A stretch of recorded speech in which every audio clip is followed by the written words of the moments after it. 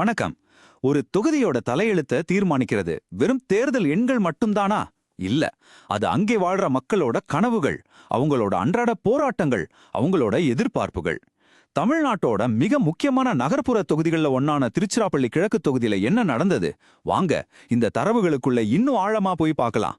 சரி, நம்ம பயணத்தை ஆரம்பிக்கலாம். முதல்ல இந்த தொகுதியோட மக்கள் அவங்க சமூக அமைப்பு எப்படி இருக்குன்னு புரிஞ்சுக்க போறோம். அதுக்கப்புறம் அவங்க சந்திக்கிற முக்கியமான பிரச்சனைகள் என்னென்னு பார்ப்போம். மூணாவதா அரசியல் ரீதியா இந்த தரவுகள் நமக்கு என்ன சொல்லுதுன்னு ஆராய்வோம். கடைசியா ஒரு நல்ல எதிர்காலத்துக்கான வழி என்னங்கறத பத்தி பேசுவோம். முதல் பகுதி மக்கள் மற்றும் அந்த இடம். திருச்சி கிழக்கு தொகுதி 100% ஒரு நகர்ப்புறம். ஆனா அது மட்டும் இல்ல, அதோட ஒவ்வொரு தெருவுலையும் ஒரு வரலாறு இருக்கு. இந்த வரலாற்று பின்னணி தான் அதோட தனித்துவமான சமூக கட்டமைப்புக்கு அடித்தளமா இருக்கு. இங்க சமூக கட்டமைப்பு ரொம்பவே பன்முகத்தன்மை கொண்டது.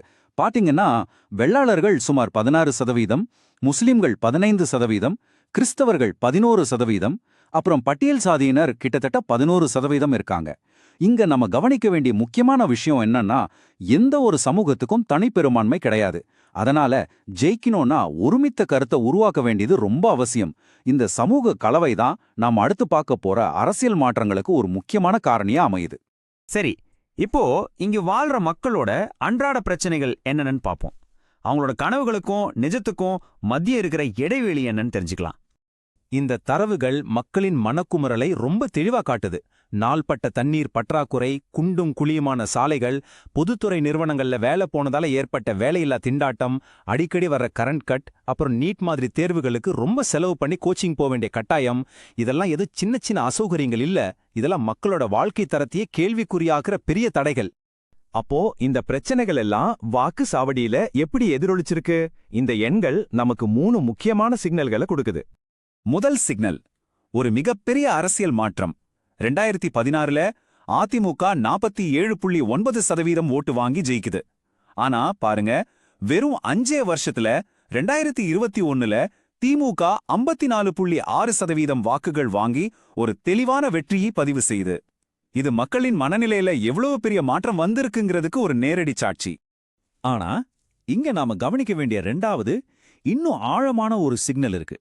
ஓட்டு போட்ட கட்சிகள் மாறினாலும் ஓட்டு போட வர்றவங்களோட எண்ணிக்கை குறைஞ்சுகிட்டே வருது. 2011ல 75.4% இருந்த வாக்குப்பதிவு படிப்படியா குறைஞ்சி 2021ல 67.8% ஆயிடுச்சு.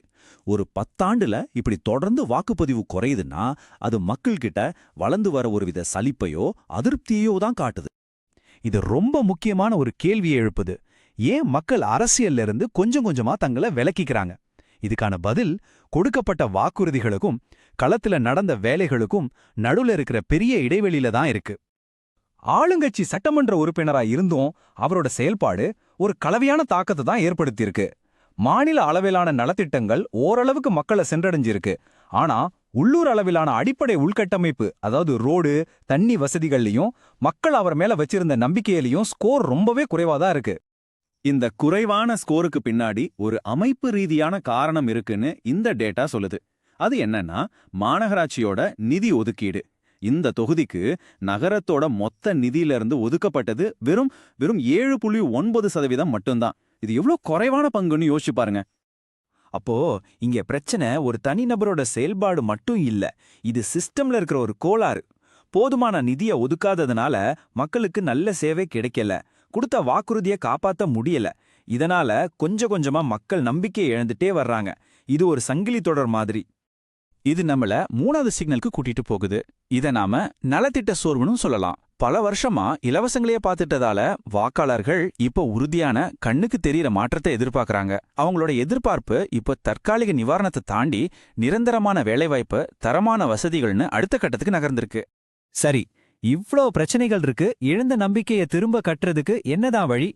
நல்ல வேளையா இந்த தரவுகளே நமக்கு ஒரு தெளிவான உறுதியான செயல் திட்டத்துக்கான வழியை காட்டுது. இந்த செயல் திட்டம் 4 முக்கியமான துண்டுகள்ல கவனம் செலுத்துது. 1, தண்ணி. அந்த 30 கோடி ரூபாய் மரக்கடை நீர்த்தேக்க திட்டத்தை வேகமா முடிச்சு எல்லா வீடுகளுக்கும் குழாய் மூலமா குடிநீர் கொடுக்கறது. 2, ரோடு. ஒரு 100 கோடி ரூபாய் முதலீட்டுல நகரச்சாலைகளை புதுப்பிக்கிறது. 3, வேலைவாய்ப்பு. ஒரு 50 கோடி ரூபாயில ஒரு டெக் பார்க் அமைச்சு வருஷத்துக்கு சுமார் 5000 வேலைவாய்ப்புகளை உருவாக்குறது. 4. இப்போ இருக்கிற நலத்திட்டங்கள் சரியா மக்களை சென்றடைதான்னு உறுதி செய்யறது.